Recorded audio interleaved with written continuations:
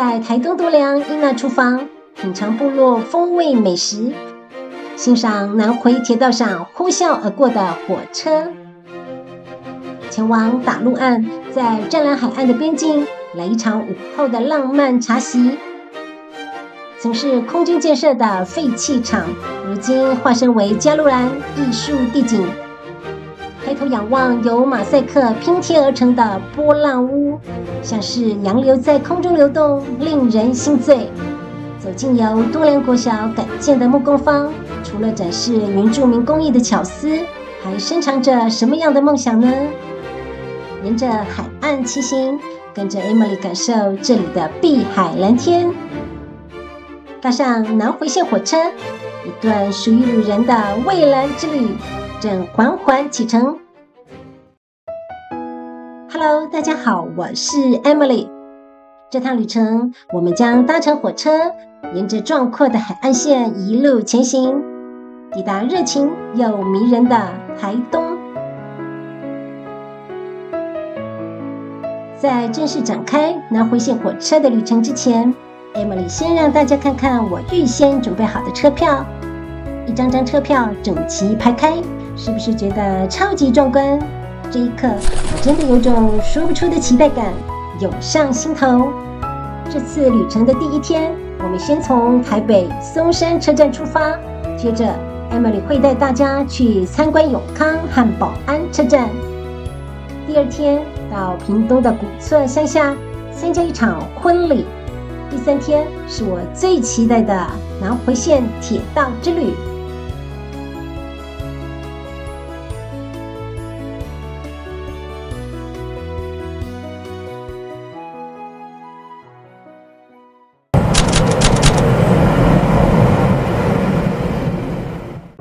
第一天中午从台北松山车站出发，列车缓缓前行，沿途的风景逐渐变换，我的心情随着列车的节奏也越加激动，因为这不仅是一趟我最爱的台东之旅，更是一场难忘的婚礼之行，很期待看到久未见面的亲戚朋友。16点40分，这是我第一次踏上台南火车站，一进站就被人潮震撼到了。后来才知道，这里每天平均上下车人数竟然高达5万人次，是全台第3繁忙的车站，仅次于台北和桃园。台南火车站的前站广场即将进行大改造，铁路也会地下化，真期待完工后的台南火车站崭新的面貌。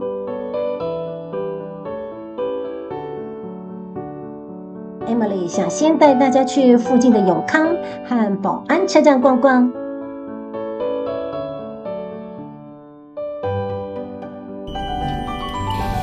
所以现在要在台南火车站改搭乘区间车前往永康车站。永康车站最早可追溯到1903年的鸟松停车场，至1941年才正式成立木造站房，成为正式载客的火车站。目前的水泥砖造站房则为1991年落成启用。康车站是一个朴实低调的小站，但它却因为一张很有意义的纪念车票永保安康，成了许多旅人会特别来朝圣的地方。虽然只是一张小小的车票，但这4个字听起来就很有力量，值得好好保存哦。Emily 把这份祝福分享给正在看影片的你，无论你现在在哪里，正在经历什么，都希望你永保安康。保安车站建于1899年的保安车站，原名车路前车站，是目前台湾保存最好的日治木造车站。站体建筑采用阿里山块木建构而成。除了和永康车站合推的那张超有人气的永保安康纪念车票之外，这里还有一段很特别的流行文化记忆。在2001年，本土天王吴宗宪曾推出一首歌，就叫《永保安康》。轻靠我的肩，车票握在手心里面。当时 MV 就是在这里拍摄的，让这个原本静谧的小镇瞬间成了粉丝们的追星打卡热点。第二天 Emily 要前往屏东乡下参加一场特别的婚礼。其实大家都住在台北，但会选择回到这里举办婚礼，不只是为了感谢这片曾经养育他们的土地，更是想把这份喜悦和多年未见的亲戚朋友们一起分享。我觉得这样的婚礼是真正的圆满。礼车进入沙克院里，仿佛儿时的回忆一下子都涌了上来。Emily 和久未见面的亲戚们聊着过去的点滴，那种熟悉的情感瞬间被唤醒。这里的餐厅没有华丽的装潢，也没有浮夸的摆盘，但每一道菜都是真材实料，不像都市里那些盘子大、菜很少的料理。这里的板豆才是真正的澎湃又实在，每一口都是熟悉的滋味，每一盘都是满满的幸福。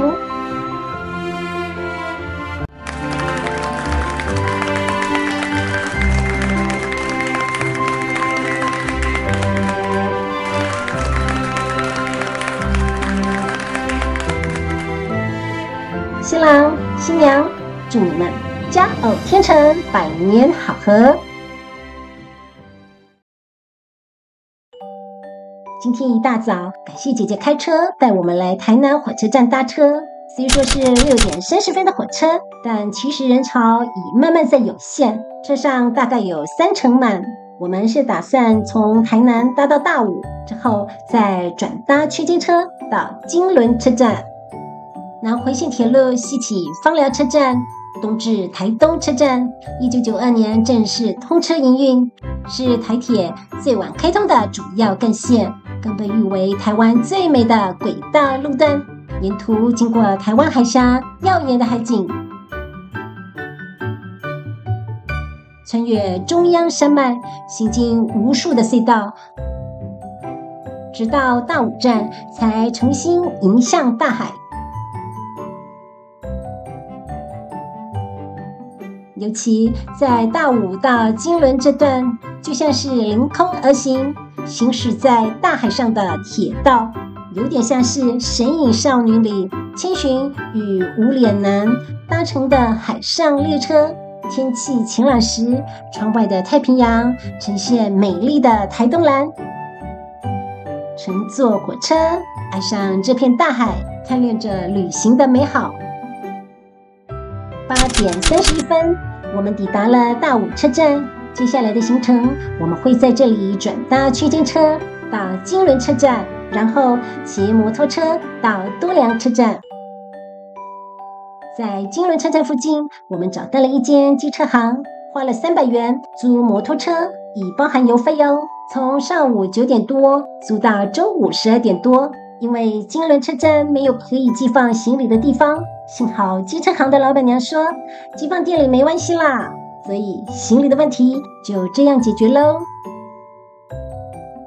或许你会好奇，为什么不直接从大武车站搭到多良车站就好了呢？原因就在于多良车站自2006年起因载客量不高，所以终止了列车停靠，目前仅作为观光用途哦。从金轮车站到多良车站的距离大约是4.6公里，骑摩托车只需6分钟就能抵达，路程不远，沿途依山傍海，绝对值得放慢速度，用心感受，是一段让人心情舒展的小旅程。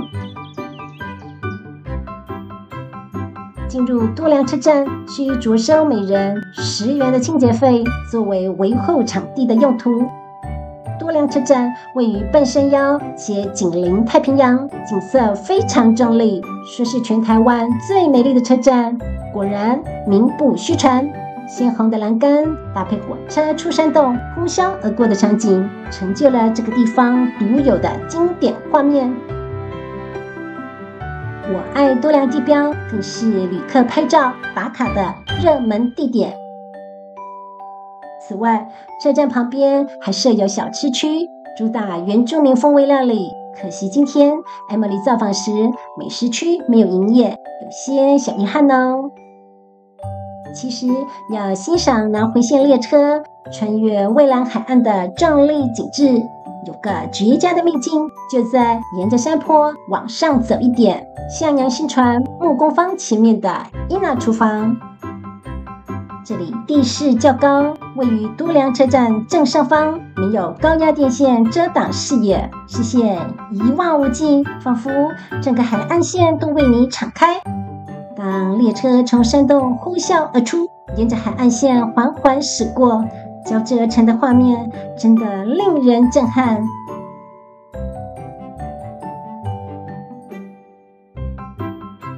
平台上的天使之翼更是旅人们不可错过的拍照打卡之处。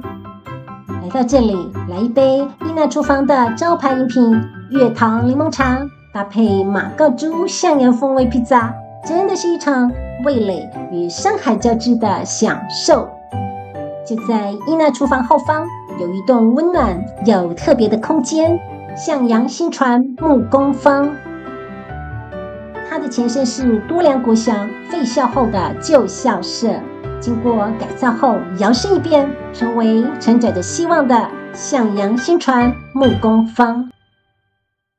我叫秀美，对，那我们是14年前呢，这里草创时候，然后我跟我们先生就来这里协助这里做一些公共艺术啊，还有产品的设计。那大家现在看到的，我们所有的这些展售品都是来自我们基乐校的木工坊师傅的作品。我们的木工师傅大部分是卑南族跟排湾族的朋友，然后尤其是这里陪伴过上百位原住民部落族人学习木工技艺，帮助他们重新站上职场舞台。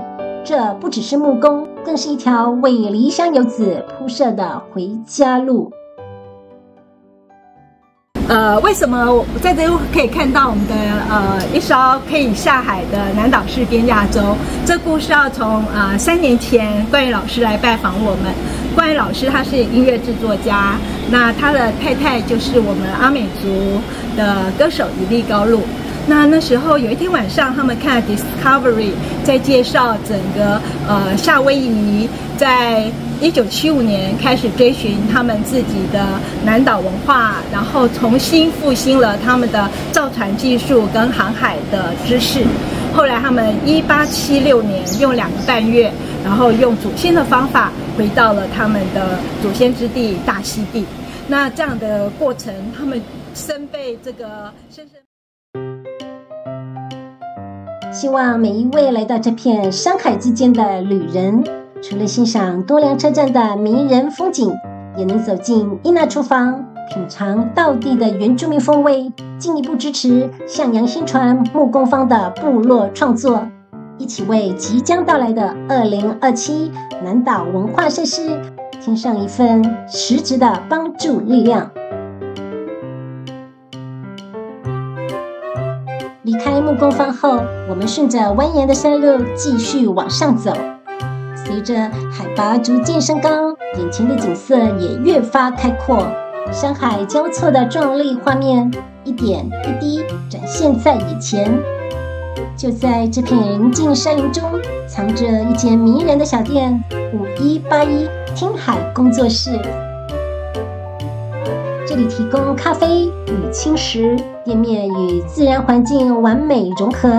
在这里喝的不只是一杯咖啡，更是与山海共处的宁静。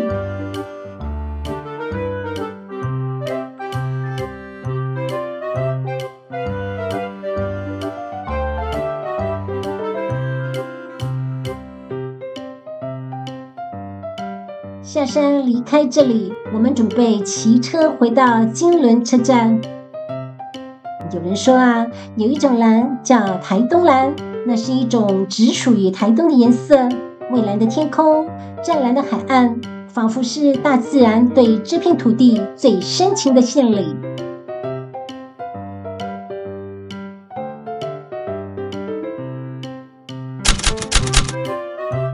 归还摩托车后，我们很快回到了金轮车站。速速搭上火车，前往台东火车站。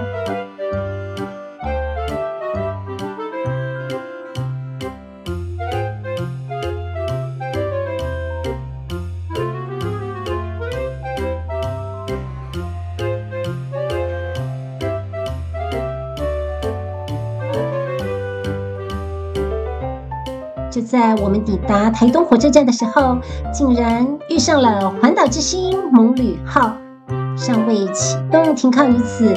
由于列车尚未启动，在征得现场工作人员的同意后， Emily 把握机会上车，简单拍摄了一下，跟大家分享哦。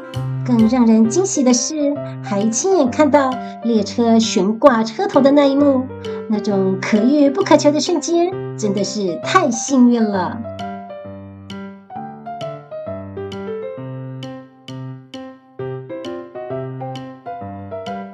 现今的台东车站最初于1982年设立，当时名为卑南站，随着1991年南回线全线通车，原本位于台东市区的台东旧站，因为不在要道上，逐渐被卑南站取代。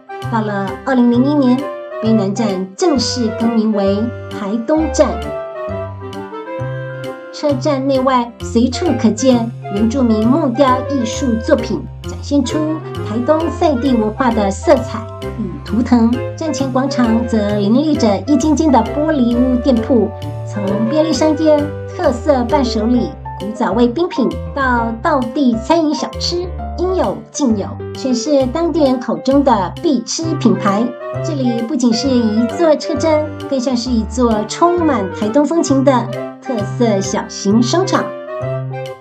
在出站后检票口旁设有最靠近车站的租车据点，旅客可以在此租车。不过 Emily 仔细比较后发现，车站前方不远处新站路上有一整排摩托车出租店，价格更实惠。我们从下午2点租到下午5点多，总共花了240元，还包含油费哦。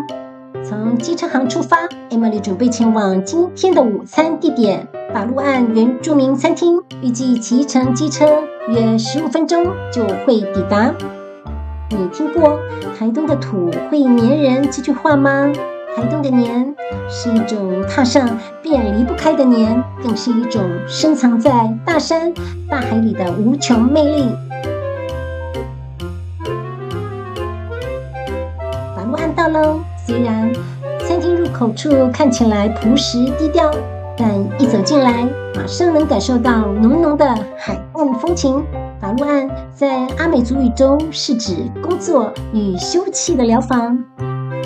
餐厅内部使用巨大原木打造桌椅，全部以卡榫结构拼接而成，不仅坚固，又充满自然之美。最迷人的是，这里可以一边用餐，一边远眺湛蓝海景，是个身心都能放松的疗愈角落。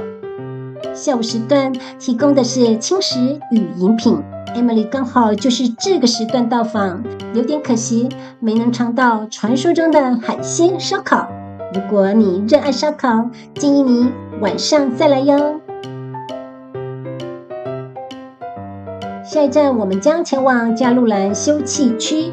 加路兰阿美族语是指洗头发的地方，因为附近小溪富含粘地矿物质，洗发后自然润湿亮丽。一到这里，立刻被巨大的军机飞行声音所吸引。因为附近有台东空军基地，所以3不5时就会有军机从你头上飞过。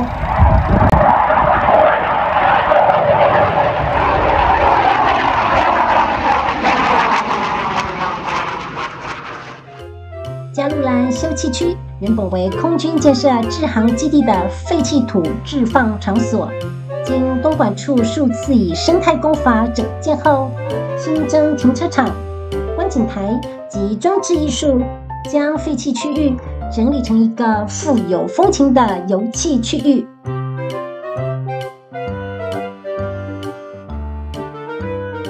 区内海岸线条纹路特殊，吸引不少人前来观看。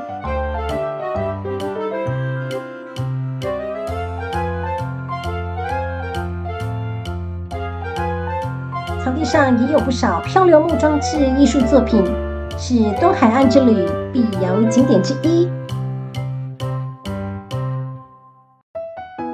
时间过得真快，我们已经要前往今天的最后一站铁花新聚落。今天天气相当不错，不仅天气给力，一路起来既轻松又自在，仿佛整座城市都在邀请你放慢脚步，享受旅程。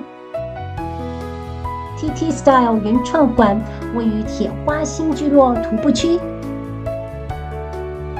波浪天顶设计概念来自于台东山与海的意象，由马赛克拼贴出蔚蓝洋流的波浪，七色象征台东7大原住民族群汇流入此，整馆又称波浪屋。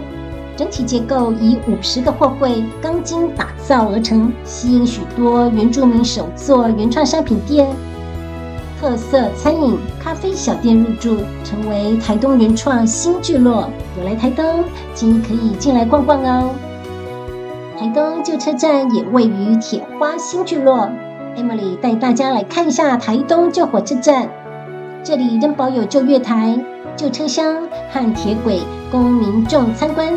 台东县政府扩大打造旧站特区，希望翻转大黄区面貌，更清晰，以人为本的精神，回应台东城市的未来发展。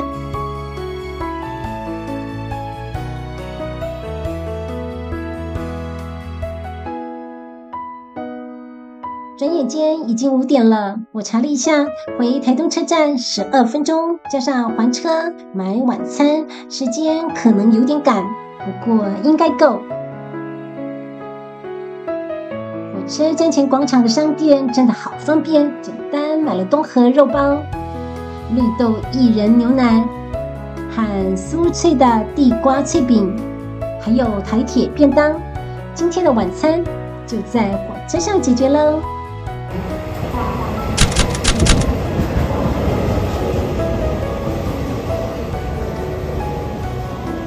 17点46分，搭乘自强号 EMU 3441班次，从台东车站到松山车站。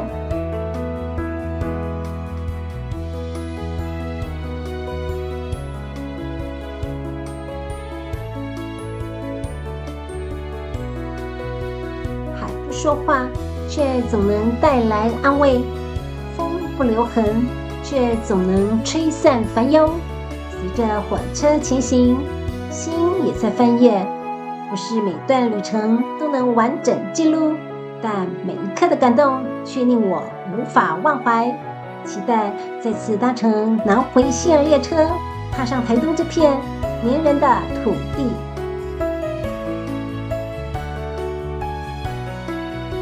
我是 Emily， 如果你喜欢 Emily 今天的影片，欢迎订阅、按赞、分享，并开启小铃铛。下期见哦！